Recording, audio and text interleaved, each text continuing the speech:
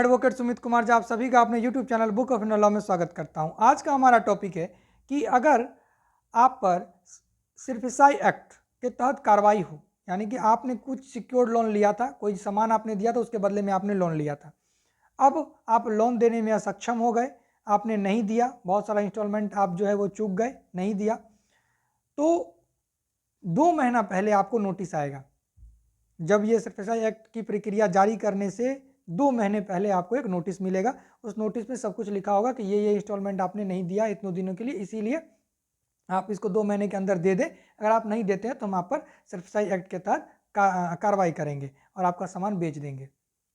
जो भी आपने मॉर्गेज रखा हुआ है वो सामान बेच देंगे। सिक्योर्ड लोन के खिलाफ ये होता है। अब आपको जो नोटिस आया, उस नोटिस को आप सही से देखें।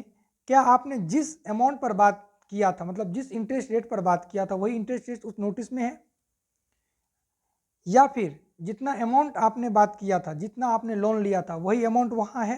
कैलकुलेशन करके देखें कि जो टोटल अमाउंट आपको पेड करना है, कितना आपने दे दिया है और कितने पर बात हुआ था और कितना है। खुद से देखें। अगर उसमें गड़बड़ी लगता है तो आप बैंक को अप्रोच करें।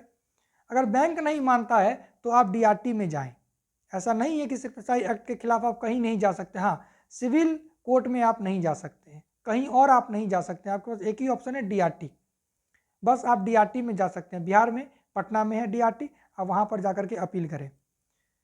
ठीक, अगर लोन के अमाउंट में गड़बड़ी है, इंटरेस्ट रेट में गड़बड़ी है, ठीक है, या नोटिस बहुत पहले मिला है, या आप लगभग पैसा दे चुके हैं, अब 20% आपका बाकी है, उसके लिए सिरफिसाई एक्ट लागू कर रहे हैं, तो जाकर के आप डीआरटी में अपील फाइल कर सकते हैं।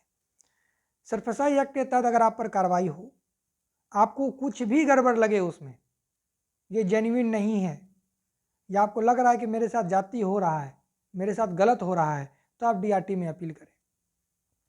आप हमारे टीम को भी अप्रोच कर सकते हैं बिहार के लिए, किसी भी केस में, चाहे वो क्रिमिनल हो, सिविल हो, डीआरटी का मैटर हो। हमारा बहुत बड़ा टीम है पटना हाई कोर्ट के अंदर।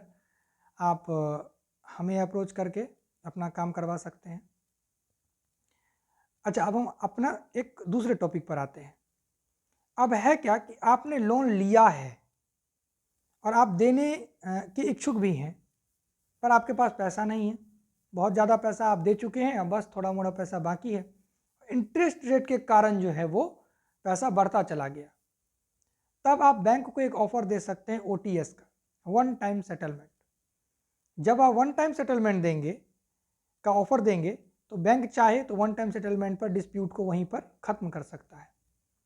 यदि इससे भी ना हो तो आप लोक अदालत में जाएंगे। लोक अदालत में जाकर बैंक के भी ऑफिसर आएंगे, आप भी आएंगे। आप दोनों में म्यूचुअल कंसेंट के साथ एक अमाउंट डिसाइड होगा और दोनों ही उस अमाउंट पर राजी खुशी हो मान जाते हैं उस अमाउंट को, तो वहीं पर डिस्प्यूट खत्म हो जाएगा। अदरवाइज जो बैंक के पास ज़्यादा पावर है, अगर वो डिफ़ॉल्ट नहीं है तो, अगर बैंक कुछ गलत नहीं कर रहा है तो बैंक के पास ज़्यादा पावर है। यदि बैंक कुछ भी गलत कर रहा है, चाहे वो 1 रुपये का क्यों ना हो, तो उसमें फिर आपके पास ज़्यादा पावर है डीआरटी में। आप डीआरटी में आएंगे और डीआरटी में आने के बाद डीआरटी आपकी बातों को सुनेगा और वो जो फैसला देगा वो आप दोनों के लिए मान्य होगा। आप दोनों को ही मानना होगा, आप दोनों बाउंड हो गए उनके ऑर्डर से, आप दोनों को मानना होगा। लेकिन जो लोक अदालत में होगा, आप दोनों अगर मानते हैं तो ठीक है, नहीं मानते हैं तो फिर आप दोनों पर वो जो भी ऑर्डर वहाँ से हो ही नहीं सकता है।